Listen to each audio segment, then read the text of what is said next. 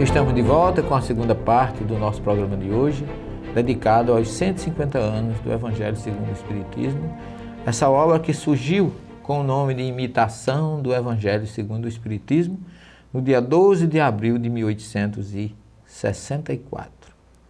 Queria dizer a você que essa obra foi lançada a primeira edição com apenas 25 capítulos, contendo, segundo Kardec, a explicação das máximas morais do Cristo, sua concordância com o Espiritismo e sua aplicação às diversas situações da vida. Então é uma obra fantástica que foi trazida por Kardec, extraída da Bíblia e vou lhe dizer mais, essa obra é, sem sombra de dúvida, uma obra maravilhosa que veio fechar a estrutura da doutrina espírita. Segundo Kardec, nem sequer meu editor, o senhor Didier, conheceu até o momento preciso da edição o título da obra, que se chamava Imitação do Evangelho segundo o Espiritismo.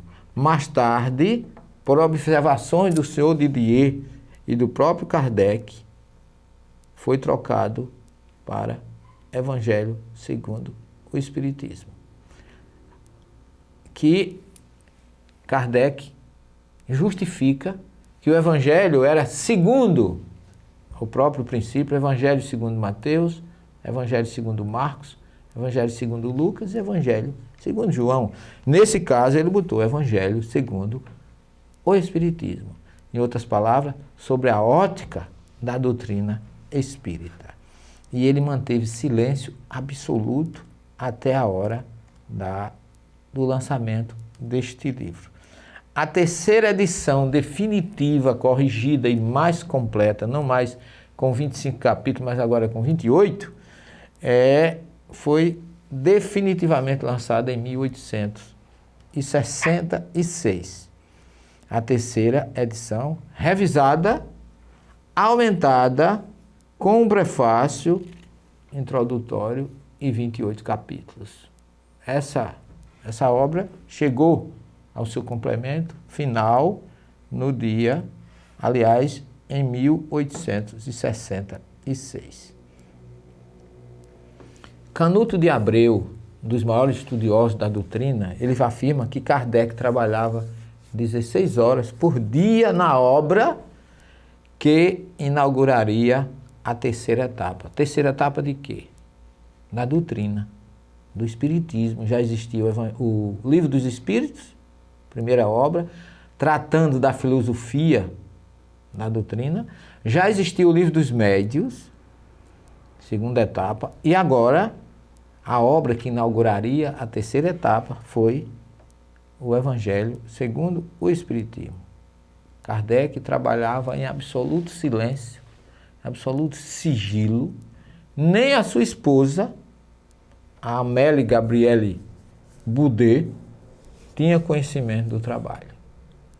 Ele se recolheu em sua casa de campo durante as férias em Saint-André, no interior da França, e ali ele trabalhava em silêncio, sob a assistência dos espíritos, e que ele lançou uma pergunta, porque essa obra foi assistida especialmente pelo Espírito São Luís, e através do médium D'Ambel, que estava em Paris, Kardec mandou uma pergunta para ele.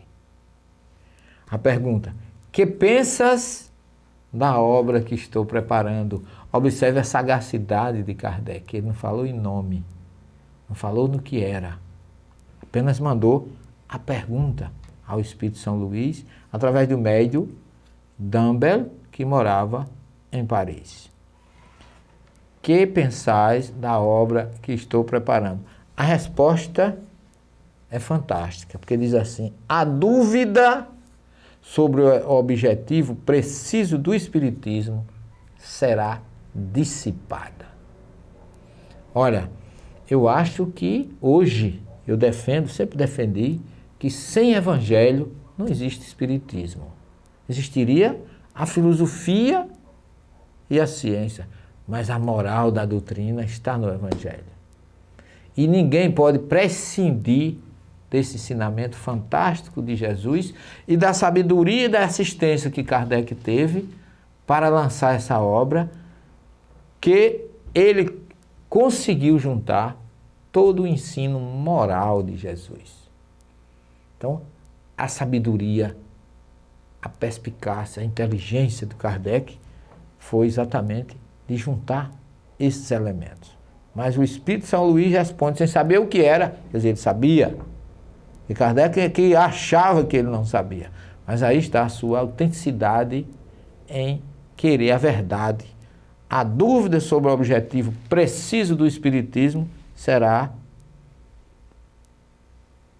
dissipada.